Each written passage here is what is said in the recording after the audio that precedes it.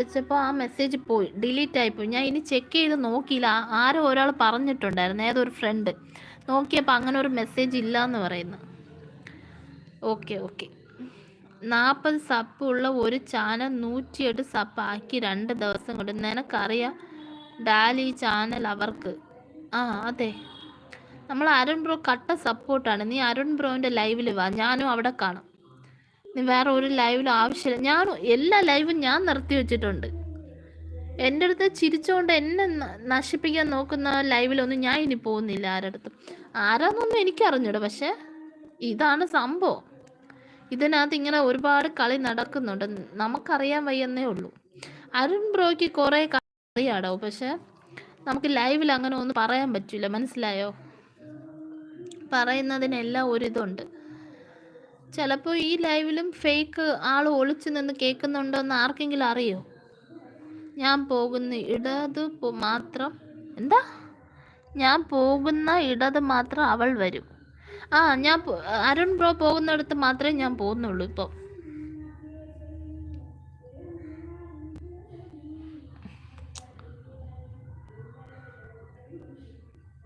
കാരണം നമുക്കൊരു പ്രശ്നം വരുമ്പോൾ അതിൻ്റെ ബുദ്ധിമുട്ട് എന്താണെന്ന് അറിയാൻ പറ്റുള്ളൂ. ഷിൽനയ്ക്ക് ചിരിക്കുന്നു, എനിക്ക് വയ്യ. നമ്മൾ അരുൺ ബ്രോൻ്റെ ലൈവിൽ വന്നതിനെ സപ്പോർട്ട് ചെയ്യാം. എനിക്കിപ്പോൾ 200 എത്രയോ ആയിട്ടുണ്ട് സബ്. അതിൻ്റെ കൂടെ ഞാൻ ഈ ലൈവും കൂടെ കൊണ്ടുപോകുമ്പോൾ വലിയ കുഴപ്പമില്ലാതെ പോകുന്നുണ്ട്.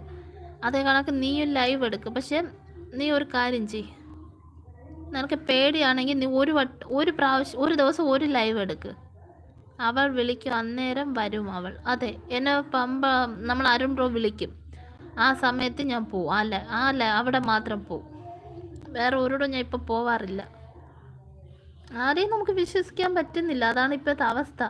ഈ യൂട്യൂബേഴ്സ് തമ്മിൽ തന്നെ ഒരിതുണ്ട്.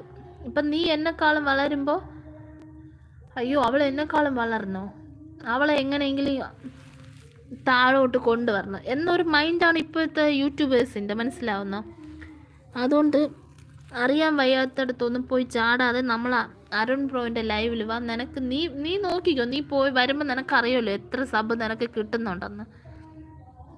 എൻ്റെ ലൈവിൽ സേഫാണ്. നമ്മൾ അരുൺ ബ്രോൻ്റെ അവിടെ വാ, നിനക്ക് നല്ല സപ്പോർട്ടായിരിക്കും അവിടെ. ഓക്കെ, അരുൺ ബ്രോ എപ്പോഴാണ് ലൈവ് ഉള്ളത് പറഞ്ഞൂടാ കൊച്ചിന്? 4 മണിക്കാണോ?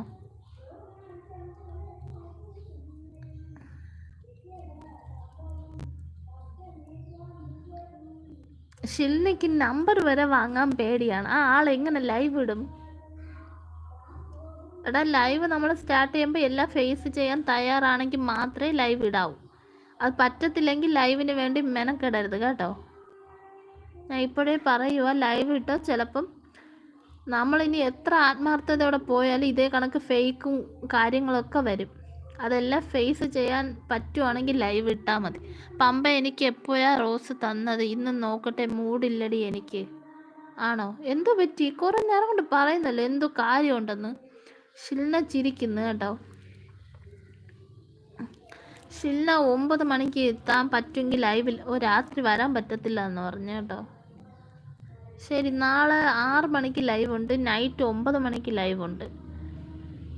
ഈ 2 ലൈവും എല്ലാ ദിവസവും കാണും. പക്ഷെ ഇതിൻ്റെ ഇടയിൽ എൻ്റെ സമയം അനുസരിച്ച് ഞാൻ ലൈവ് ഇടത്തുള്ളൂ. പട്ടി കടിച്ചത് കൊണ്ട്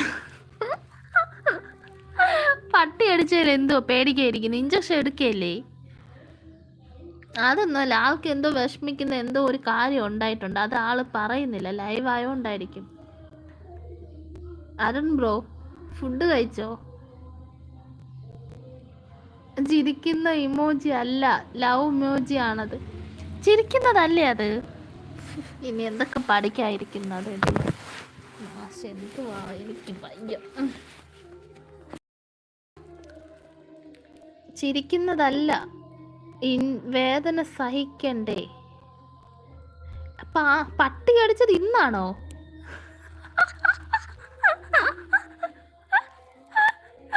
നിക്ക് ഒരു മിനിറ്റ്, എനിക്ക് ചിരി വരുന്നു. നിക്ക്, ചിരിക്കുന്ന ഇമോജി അല്ല, ലവ് ഇമോജി ആണത്. വേദന സഹിക്കണ്ടേ, ദേഷ്യം, പട്ടി പോയി അതിൻ്റെ